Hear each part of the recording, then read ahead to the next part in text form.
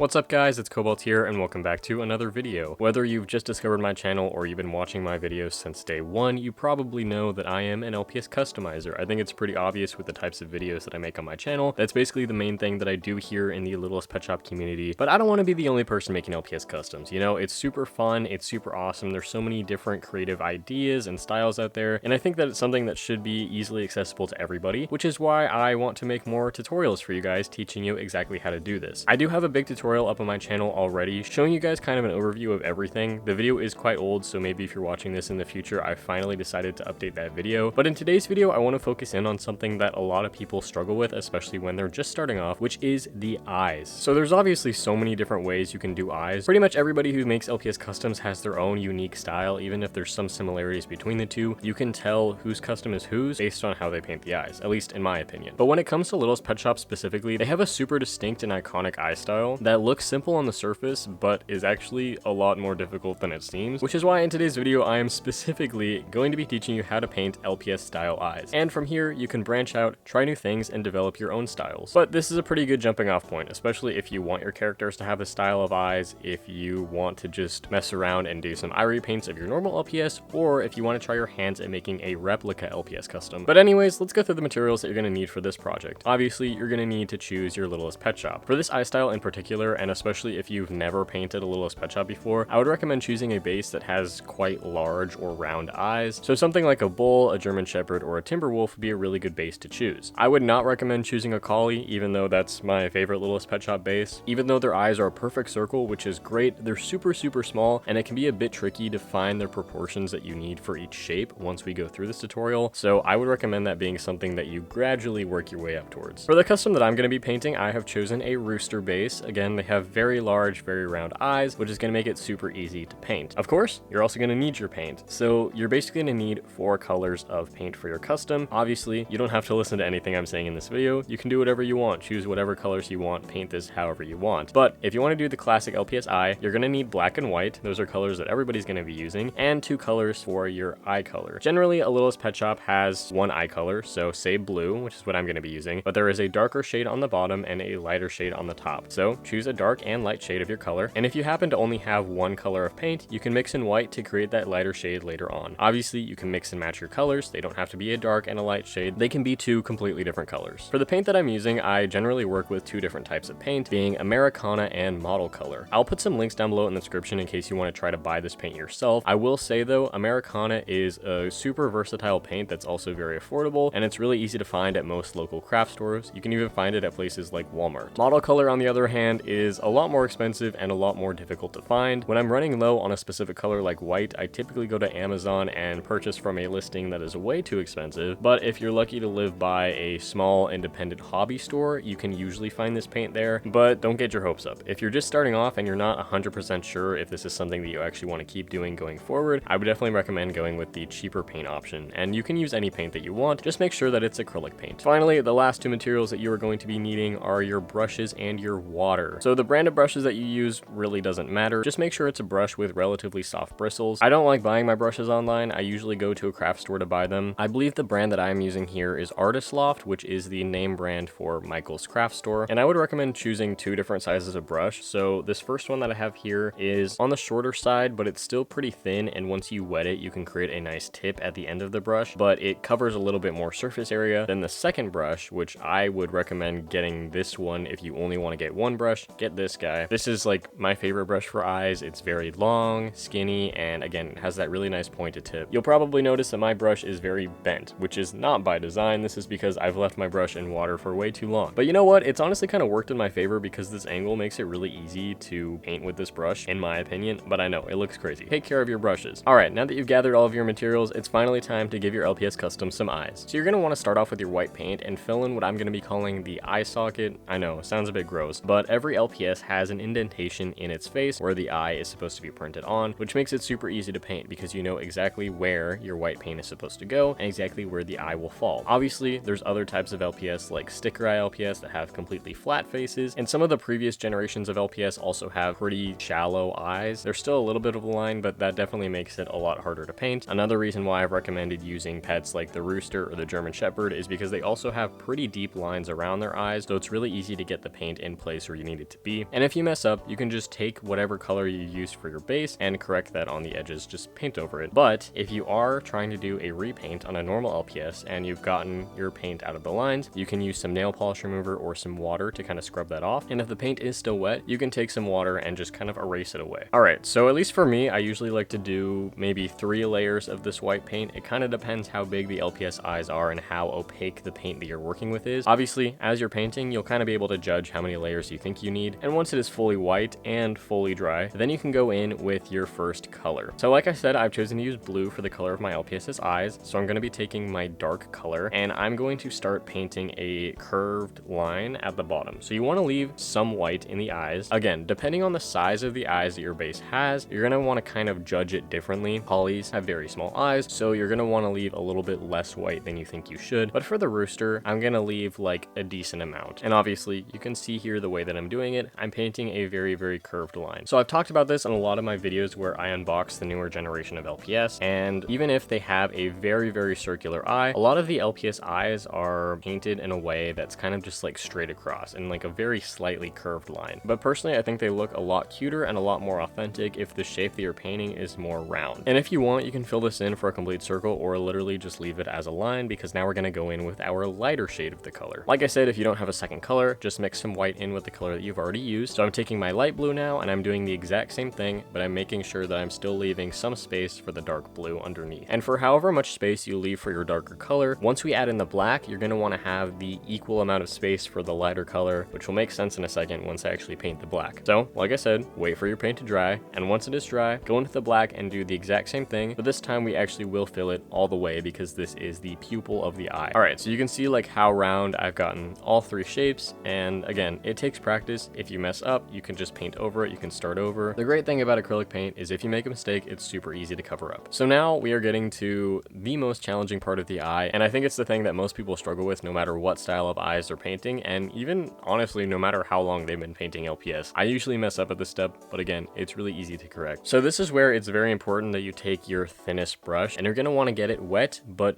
make sure it is not dripping, because sometimes a little bead of water will drip out into the paint and kind of ruin everything, which is extremely frustrating. But you want to make sure that it's a little wet so all the bristles kind of line up in this really fine point. And then I'm going to dip it in a little bit of my black, and I'm going to very slowly go all the way around the eye. Now you're also going to want to make sure that your paint is a little bit wet as well. Mix in a tiny bit of water before you do this step so that the paint glides very smoothly and then it like doesn't skip or get stuck. And when you're working with wetter paint, it also means that it will dry a lot smoother, which is something that you definitely want when making LPS customs, or any toy custom for that matter. You can also go back in multiple times. Sometimes I like to do one side, stop at the top, and then go from the bottom of the other side and meet in the middle there. Obviously, if you guys still have questions, please leave them down below in the comments and I'll be happy to help you out. But now it is time for the final step, which is the eye shines. This step is pretty easy. If you're not feeling super confident, you can use a ball pointed tool and just dip in your paint and you'll basically get a perfect circle. But I still like to use my brush for this. Again, if you mess up a little bit, you can go back in with some black and kind of like touch up the edge here and there. And as I'm painting my eyes, I won't do one at a time. I will work on them both together. So whatever I do to one eye, I will immediately do to the other eye. And that is the best way to make sure that both of your eyes will end up being symmetrical. And finally, of course, the last step, which is technically optional, but I would recommend you do it, is to seal the eyes with a gloss glaze. You definitely want to use gloss because it separates the eyes from the rest of the base, which should be done with a matte finish. And it also gives it a little bit more light because obviously real eyes are wet and shiny. So the gloss sort of mimics that and it gives it a really nice sheen in direct light. Additionally, it'll also help clear up any lumpy bits in your paint. That's just generally a good reason why you should seal your pets aside from protecting the paint job. But that's pretty much it. I hope you guys found this tutorial helpful and I hope you guys had a successful time customizing your LPS. But obviously this takes practice. As of filming this video, I've been doing this for about 8 years now. So it really is just all about repetition and continuing to push forward and figuring out the things that work for you and the things that don't work for you. Because just because everything I just told you in this tutorial works for me doesn't necessarily mean it will work for you. But like I said, I'm here to answer any questions you might have. And in the future, if you would like to see a more detailed or different type of eye tutorial from me, definitely let me know and I can do that as well. Thank you so much for watching this video and I will see you guys all in my next one. Bye!